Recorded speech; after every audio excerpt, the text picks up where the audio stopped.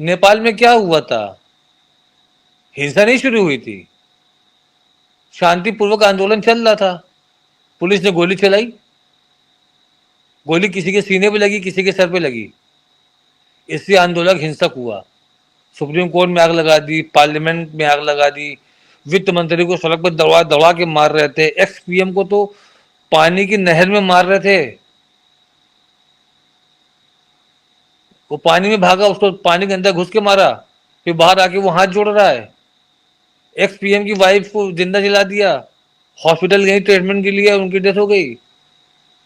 क्योंकि बगावत शुरू कहां से हुई, चिंगारी कहां से लगी कि गवर्नमेंट ने गोली चलवा दिया। गोली नहीं चलती, 16 लोग नहीं मरते, तो शायद ये हिंसक नहीं होता, वो खामोशी से रिजाइन करके गोली चले जाते, ये लोग अपने घर चले जाते, कुछ नहीं होता। तो वही काम इसराइल में हो रहा है। अभी तो न तो वहां पर जितने भी प्रदर्शन हो रहे हैं वो अपने लोगों को वापस लाने के लिए हो रहे हैं। फिलिस्तीन जितना जमीन के ऊपर है उतना जमीन के नीचे है, और जमीन के नीचे से कब निकल करके कौन कहां से आके मार दे, हर इजरायली घर जिंदा जाना चाहता है। वो कंप्लीटली थक चुके हैं बुरी तरीके से, जो मेन फोर्स लोग हैं बुरी तरीके से थक चुके हैं। कितने डैमेज हो गए हैं, 20,000, कम तादाद नहीं होती है, 20,000 से ज्यादा इजरायली सोल्जर डिसेबल हो चुके हैं। ये इम्पोर्टेंट है। और इसके साथ एक और खबर आ रही बड़ी कि हिब्रू चैनल कान ने ये दिया कि 6 इजरायली सैनिकों को अरेस्ट कर लिया गया है क्योंकि उन्होंने लड़ने से मना कर दिया। इस तरह की खबरें बार बार इजराइल से आती रही हैं कि आईडीएफ के जवान जो है वो अब गाजा में लड़ना नहीं चाहते, वो वहां जाना नहीं चाहते, वो मुखालफत कर रहे हैं। इसके बावजूद उन्हें जबरदस्ती भेजा जाता है। और आपने खुद कैप्टन साहब याद होगा आपने बताया था कि बाकायदा पुलिस के जरिए रिजर्विस्ट को बुलाया जाता है उनको कि आपको जाना है, आप तैयार होइए, रेडी होइए, आप पीछे नहीं हट सकते। इस तरह की सूरत हाल जो है, तो ये जो अरेस्टिंग की खबरें आती हैं या खुदकुशी की खबरें आती हैं, इसको किस तरह से आप देखते हैं? और इसके बाद मैं फिर चूंकि बहुत अब मेरे पास 6-7 मिनट ही बचे हैं, लेकिन कैप्टन साहब इसको कैसे देखते हैं? और फिर एक सवाल मैं करूंगा राशिद रिजवी साहब से। कैप्टन साहब। और आईडीएफ का बहुत बड़ा हिस्सा रिजर्विस्ट होते हैं। अब रिजर्विस्ट तो सिविलियंस हैं, ठीक है, उनके हाथ में एक हथियार दे देते हैं, लेकिन एक कहावत है ना कि आप घोड़े को तालाब तक ले जा सकते हैं, पानी पीना तो घोड़े को ही पड़ेगा। इसी तरह से रिजर्विस्ट को आप सीटीवीटी बजाकर बॉर्डर में छोड़ सकते हैं, लेकिन लड़ाई तो रिजर्विस्ट को अपने दिल से ही करनी पड़ेगी। अगर वो मना कर देता है या आधे दिल से लड़ाई करता है, या अभी जैसे बात कर रहे थे प्योंगयांग सौ में खड़े हो गए आंख बंद करके, तो ऐसा होता है फौज में। तो उनको अरेस्ट कर लिया गया है, ठीक है, मिलिट्री के अपने कानून होते हैं। बिल्कुल, ये बिल्कुल सही है कि अवामी सतह पर, और हमने जैसे कहा कि टर्की में भी देखिए वही पोजीशन है, बड़े पैमाने पे लोग प्रोटेस्ट कर रहे हैं, वहां पे सोशल मीडिया बैन कर दिया गया, हालात बड़े खराब हैं। और अमेरिका में वहां पर भी हालात ऐसे हैं। फ्रांस में अभी आप देखिए कि वहां पे भी बहुत ज्यादा बुरी पोजीशन वहां पे देखने को मिले। लेकिन कैप्टन साहब मैं आऊंगा, चूंकि सीरिया का बार बार जिक्र होता रहा है, और सीरिया जो है वो बहुत इंपॉर्टेंट हो जाता है क्योंकि सीरिया का मतलब ये है कि ईरान बॉर्डर, सीरिया का मतलब है टर्की बॉर्डर, सीरिया का मतलब है इजराइल बॉर्डर, मतलब ये तमाम चीजें ऐसे यहाँ पे अभी जो खबर आ रही है, जो अभी जयदीप सिंह बुंदेला साहब ने हमें अपडेट किया है कि यूएस जो है वो सीरिया पे जो पाबंदी आई थी वो हटाने की बात थी। अब कहा है कि नहीं, सारी पाबंदियां वैसे ही लगे रहेंगे। ये इतना बड़ा चेंज क्यों? क्या खतरा पैदा हो गया? ये पलटी क्यों मार गए? देखिए, वहां पर अल-शारा को किसने बिठाया? अमेरिका ने बिठाया, तुर्की ने बिठाया।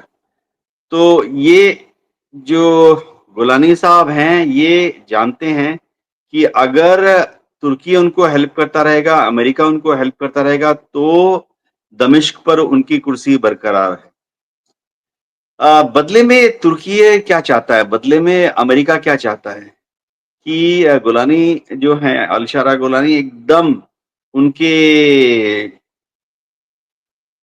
कदमों में बैठे रहेंगे। और ऐसा बीच-बीच में अमेरिका को लगता है कि शायद गोलानी ऐसा कर नहीं रहे हैं। 1-2 बार अल-शरा ने कोशिश की कि इज़राइल की फ़ौज की तरफ उन्होंने अपने फ़ौज को बढ़ा दिया। ये ना इज़राइल को पसंद आया, ना अमेरिका को पसंद आया।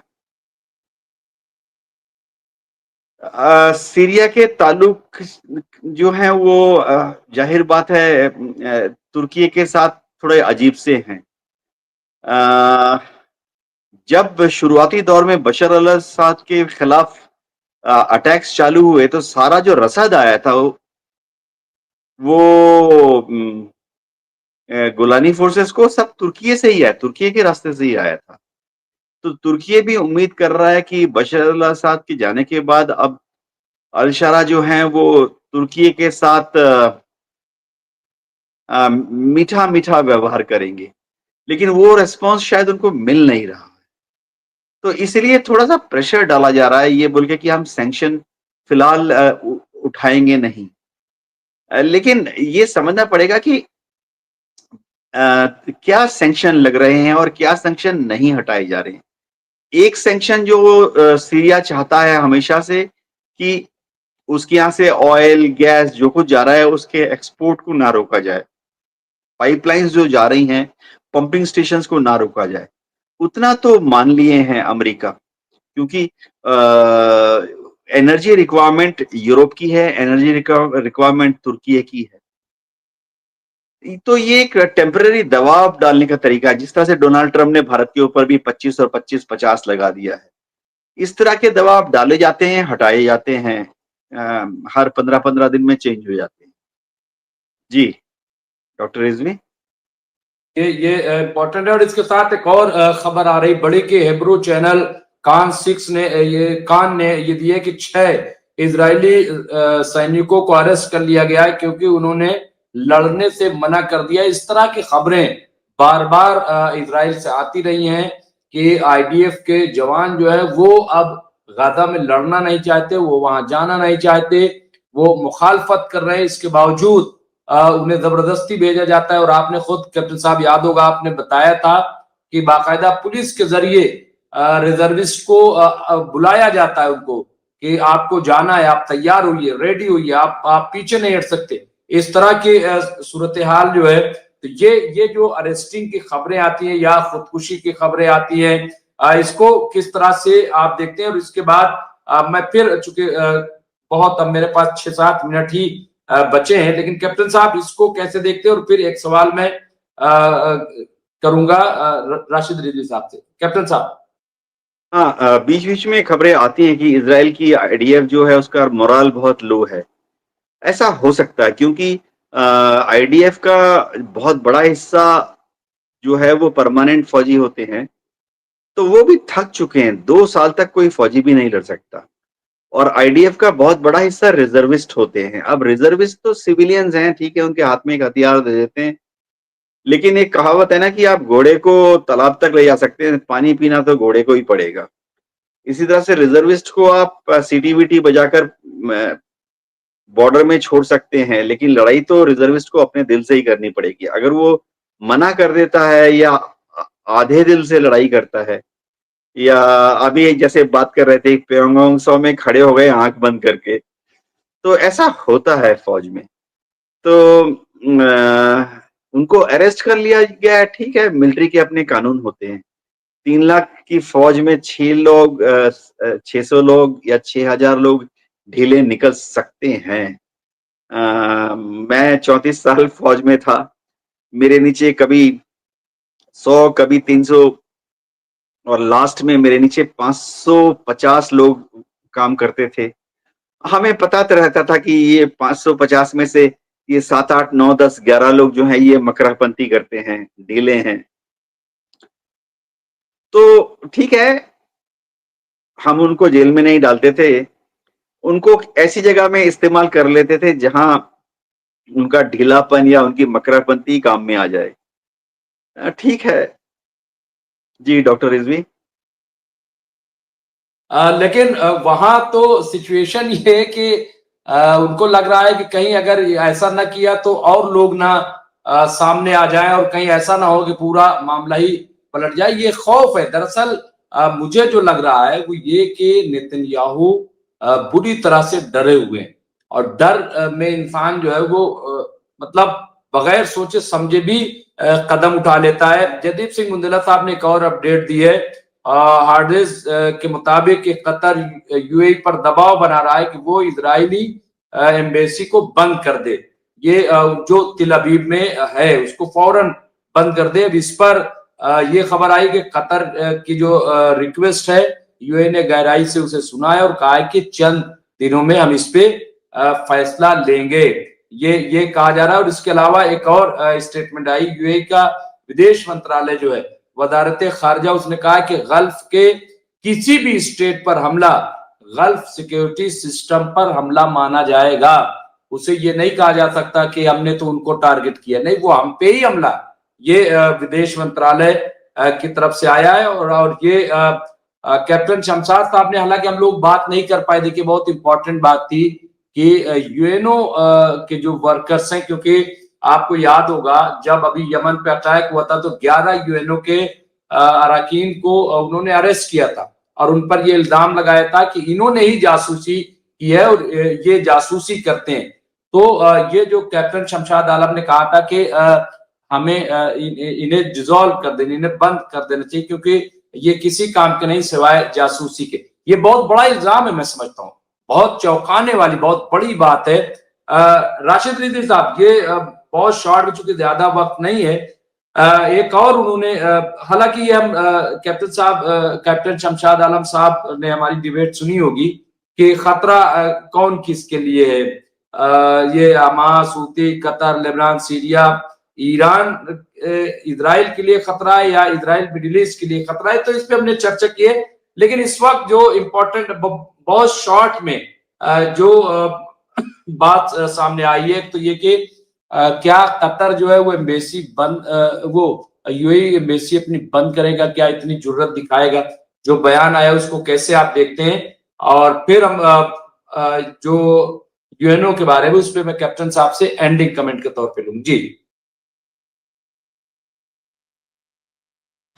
जी, हमसे सवाल किया आपने मुमताज साहब? जी जी जी जी राशिद अली साहब से। अभी थोड़ी देर पहले हमने आपसे कहा था कि आपकी ये अरब लीग 2 हिस्से में बटेंगे। आप देखिएगा ज़्यादा से ज़्यादा 1 महीना जाएगा इसके अंदर और 1 महीने में ही कुछ ना कुछ आपको रिजल्ट सामने नजर आएंगे।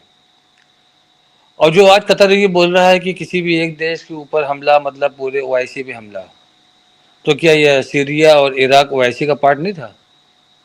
जब उस पर हमला हुआ तो आपने अपने ऊपर हमला नहीं माना। जब आप पे हमला हुआ तो आप कह रहे हो कि हम पे हमला, तो मतलब किसी भी देश पे हमला। और अभी जब बात चल रही थी रिजर्व, मैं बहुत कैप्टन साहब को बहुत ध्यान से सुन रहा था कि जो रिजर्व फोर्स के लोग होते हैं, एक्चुअली रिजर्व फोर्स के लोग ट्रेन नहीं होते हैं। वो अपने कॉलेज टाइम पे 1 साल 2 साल की उनकी जो भी नॉर्म्स हैं, 3 साल का वो ट्रेनिंग ले लिया, उसके बाद अपने काम पे लग गए। वो फिर वो जल्दी हथियार नहीं उठाते हैं और टाइम टाइम पर हथियार थोड़ा सा मॉडिफाई होकर भी आते हैं, चेंज होकर भी आते हैं। हम लोग और डॉक्टर साहब आप भी अपने बचपन के टाइम पे क्रिकेट खेले होंगे। क्रिकेट वो गेम है, आप इन फॉर्म तब तक रहेंगे जब आप रेगुलर टच में रहेंगे। जहां आपने क्रिकेट के बैट को 2 महीने 3 महीने 6 महीने 1 साल के लिए हटा दिया, फिर आप जा करके बाउंड्री पे, वो ग्राउंड पे कुछ नहीं कर सकते आप सिवाय गिनती बढ़ाने के। तो जो रिजर्विस्ट हैं ये गिनती बढ़ाने के लिए, इनके अंदर एक डर है। और एक चीज़ मैं आपको और बताना चाहता हूँ, और आप लोग इतने दिनों से देखते चले आए हैं कि ये फिलिस्तीन जितना ऊपर है उतना ज़मीन के नीचे भी है। फिलिस्तीन जितना ज़मीन के ऊपर है उतना ज़मीन के नीचे है। और ज़मीन के नीचे से कब निकल करके कौन कहाँ से आके मार दे, हर इजरायली घर जिंदा जाना चाहता है। वो कंप्लीटली थक चुके हैं बुरी तरीके से। जो मेन फोर्स में लोग हैं बुरी तरीके से थक चुके हैं। कितने डैमेज हो गए हैं? 20,000, कम तादाद नहीं होती है। 20,000 से ज़्यादा इजरायली सोल्जर डिसेबल हो चुके हैं। किसी की आंख चली गई, किसी का हाथ चला गया, किसी का पैर चला गया, वो अब हथियार उठाने के लायक नहीं है। तो उनके अंदर भी एक डर बैठा हुआ है। और जो रिजर्व फोर्स वाले हैं ये भी डरते हैं। अभी कुछ दिन पहले मैं एक न्यूज देख रहा था, उसमें स्कूल के टीचर को उठा के लेके जा रहे थे, चलो लड़ो। वो चिल्ला रहा है, उठा के ले गए पुलिस वाले उसको। इस तरह की तस्वीरें इजराइल के अंदर बगावत पैदा करेंगी। नेपाल में क्या हुआ था? हिंसा नहीं शुरू हुई थी, शांतिपूर्वक आंदोलन चल रहा था, पुलिस ने गोली चलाई, गोली किसी के सीने पे लगी, किसी के सर पे लगी, इससे आंदोलन हिंसक हुआ।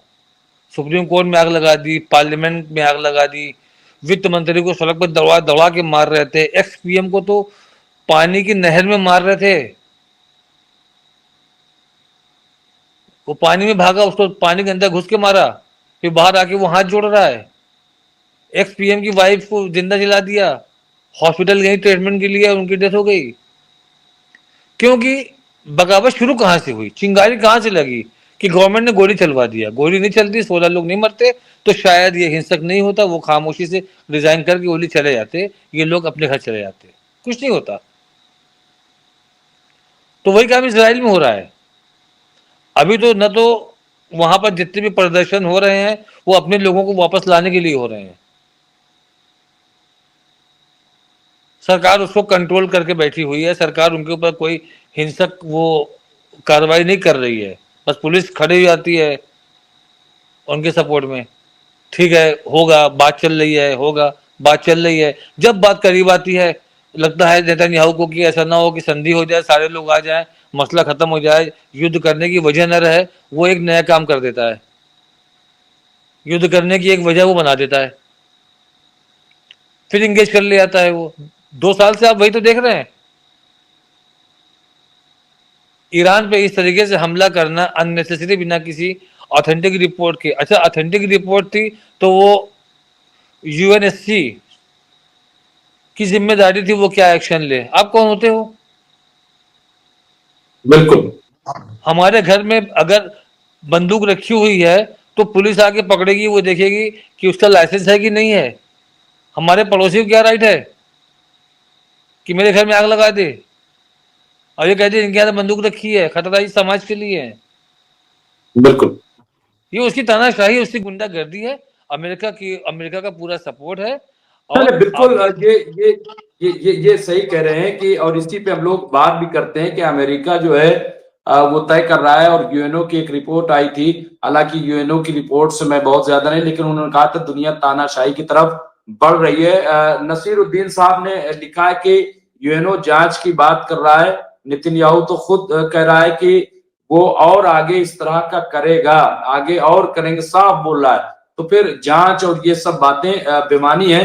कैप्टन साहब, अब आपका एंडिंग कमेंट में चाहूंगा सदारती खुतबे के तौर पे, टाइम हो गया है मेरा, कि जिस तरह की बातें सामने आ रही हैं यूएनओ को लेकर के, पहले भी हमने कहा था, तो क्या क्या है और क्या लग रहा है आपको? लेकिन आज एक बात क्लियर हो गई है कि नेतन्याहू अपने मुल्क को लेकर के भी बहुत ज्यादा सीरियस नहीं है। कैप्टन साहब, आखिरी कमेंट। जी हाँ डॉक्टर रिजवी, अब हम सब उम्मीद करते हैं कि कतार में जो पीस टॉक थे वो तो ठंडे बस्ते में चली गई हैं। उम्मीद ये करता हूं कि बहुत जल्दी ही मिस्र में, काहिरा में next round of peace talk की बातचीत शुरू हो जाएगी। अगर अभी सितंबर में नहीं तो अक्टूबर के महीने में। ये बहुत जरूरी है क्योंकि गजा में नवंबर के बाद बहुत ठंड होने लग जाती है, टेम्परेचर बहुत ठंडा हो जाता है, जैसे दिल्ली में कड़ाके की ठंड पड़ती है। ऐसे में लाखों लोग, छोटे बच्चे, बीमार, बूढ़े तंबू के अंदर रहते हैं। तो बहुत जरूरी है कि पीस टॉक जल्दी से जल्दी अब मिस्र में चालू हो जाए। जी जी, तो बहुत बहुत शुक्रिया ग्रुप कैप्टन उत्तम कुमार, आपका बहुत बहुत शुक्रिया। इसी तरह से एडवोकेट राशिद रिजवी साहब, आपका बहुत बहुत शुक्रिया। कि आप दोनों हमसे जुड़े। हमारे 2 मेहमान जुड़ने थे, लेकिन शायद टाइमिंग का उनको अंदाजा नहीं था, इसलिए ऐसा हुआ। लेकिन दोनों हजरात का बहुत बहुत शुक्रिया। शब बखैर, गुड नाइट।